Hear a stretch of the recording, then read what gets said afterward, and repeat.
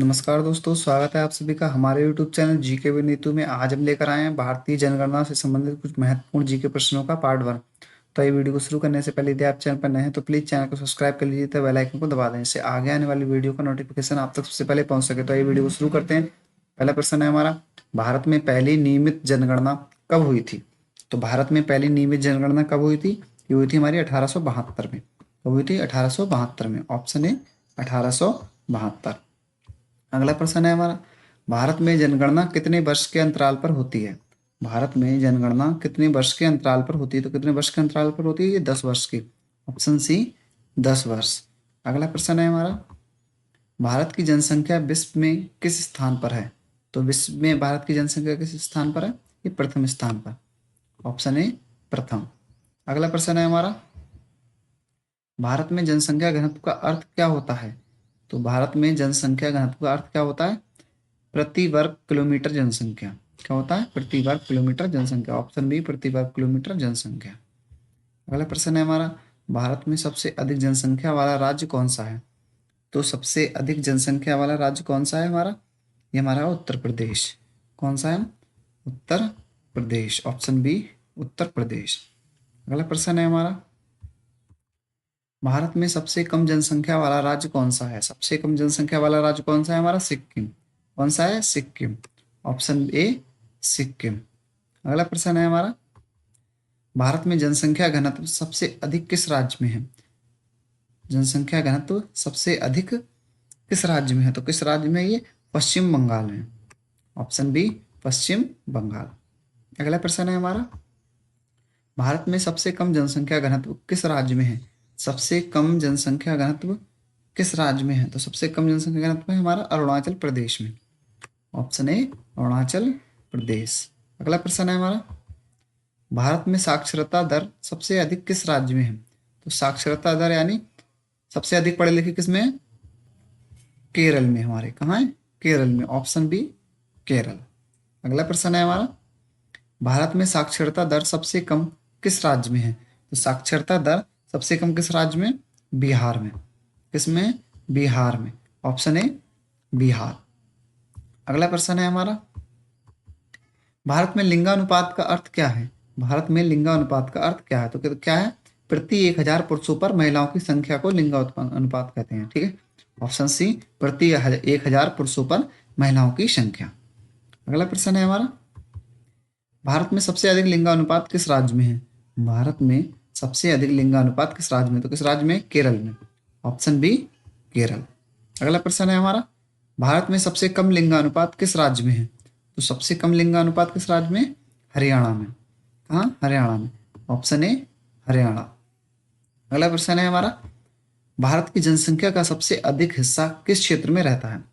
भारत की जनसंख्या का सबसे अधिक हिस्सा किस क्षेत्र में रहता है? तो किस क्षेत्र में रहता है? मैदान में। किस क्षेत्र में रहता है? मैदान में। ऑप्शन सी मैदान। अगला प्रश्न है हमारा, भारत में जनसंख्या वृद्धि का मुख्य कारण क्या है? तो जनसंख्या वृद्धि का मुख्य कारण है उच्च जन्म दर। ऑप्शन ए उच्च जन्म दर। अगला प्रश्न है हमारा, भारत में जनसंख्या का सबसे घना क्षेत्र कौन सा है? तो भारत में जनसंख्या का सबसे घना क्षेत्र कौन सा है?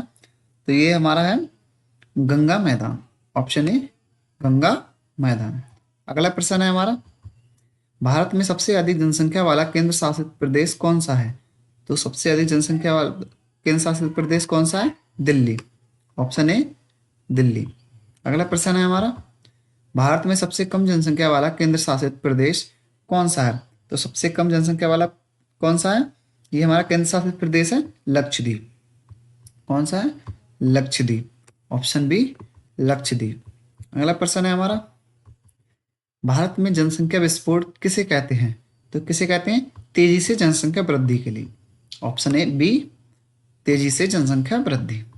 अगला प्रश्न है हमारा, भारत में जनसंख्या वृद्धि दर किससे प्रभावित होती है?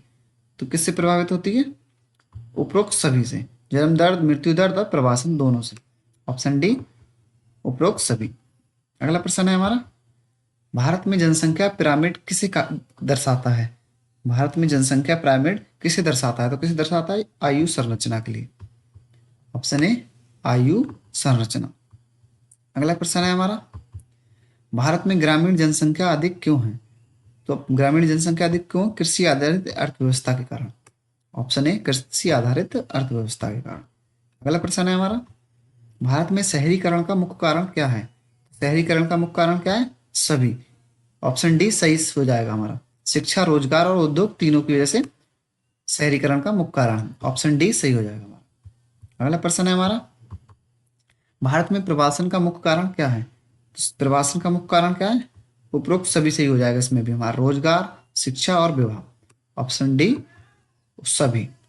अगला प्रश्न है हमारा, भारत में आंतरिक प्रवासन का अर्थ क्या है? तो आंतरिक प्रवासन का अर्थ होता है देश के अंदर स्थान परिवर्तन।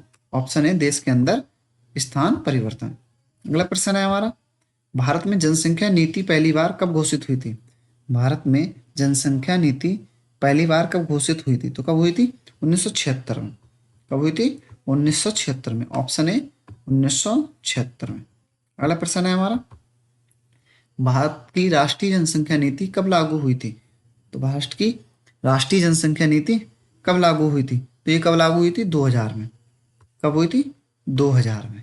Option B 2000। अगला प्रश्न है हमारा, भारत में जनसंख्या वृद्धि दर किस दशक में सबसे अधिक थी? तो किस दशक में सबसे अधिक थी?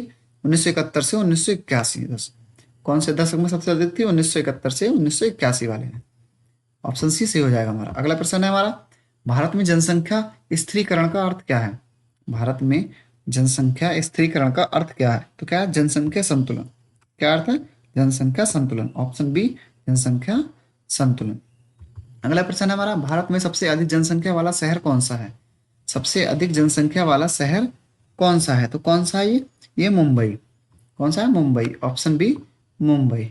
अगला प्रश्न है हमारा, भारत में जनसंख्या घनत्व का राष्ट्रीय औसत लगभग कितना है? भारत में जनसंख्या घनत्व का राष्ट्रीय औसत कितना है? 382 प्रति व्यक्ति। Option A 382। अगला प्रश्न है हमारा, भारत में महिला साक्षरता दर सबसे अधिक कहाँ है? महिला साक्षरता दर सबसे अधिक कहाँ है? कहाँ है? केरल में है। कहाँ है? केरल में है। Option A Kerala. अगला प्रश्न है हमारा, भारत में कार्यशील जनसंख्या किसे कहते हैं? तो कार्यशील जनसंख्या किसे कहते हैं? ये कहते हैं हमारे 15 से 59 वर्ष के लिए। ऑप्शन बी 15 से 59 वर्ष। अगला प्रश्न है हमारा, भारत में आश्रित जनसंख्या में कौन शामिल है? भारत में आश्रित जनसंख्या में कौन शामिल है? तो कौन शामिल है? बच्चे और वृद्ध दोनों। ऑप्शन सी बच्चे और वृद्ध दोनों। अगला प्रश्न है हमारा, भारत में ग्रामीण जनसंख्या लगभग कितनी परसेंट है? तो कितनी प्रतिशत है? ये हमारी है 65%। Option C 65%। अगला प्रश्न है हमारा, भारत में शहरी जनसंख्या लगभग कितनी प्रतिशत है? तो शहरी जनसंख्या हमारी कितनी प्रतिशत है? ये हमारी है 31%। कितनी? 31%। Option C 31%। अगला प्रश्न है हमारा, भारत में मेगा सिटी किसे कहते हैं? तो मेगा सिटी किसे कहते हैं? 10 मिलियन से अधिक जनसंख्या वाले को मेगा सिटी कहते हैं शहर के लिए। ऑप्शन बी 10 मिलियन से अधिक। अगला प्रश्न है हमारा, भारत में सबसे बड़ा महानगर कौन सा है? भारत में सबसे अधिक बड़ा महानगर कौन सा है? तो कौन सा है? ये हमारा मुंबई है। कौन सा है? मुंबई। Option B Mumbai.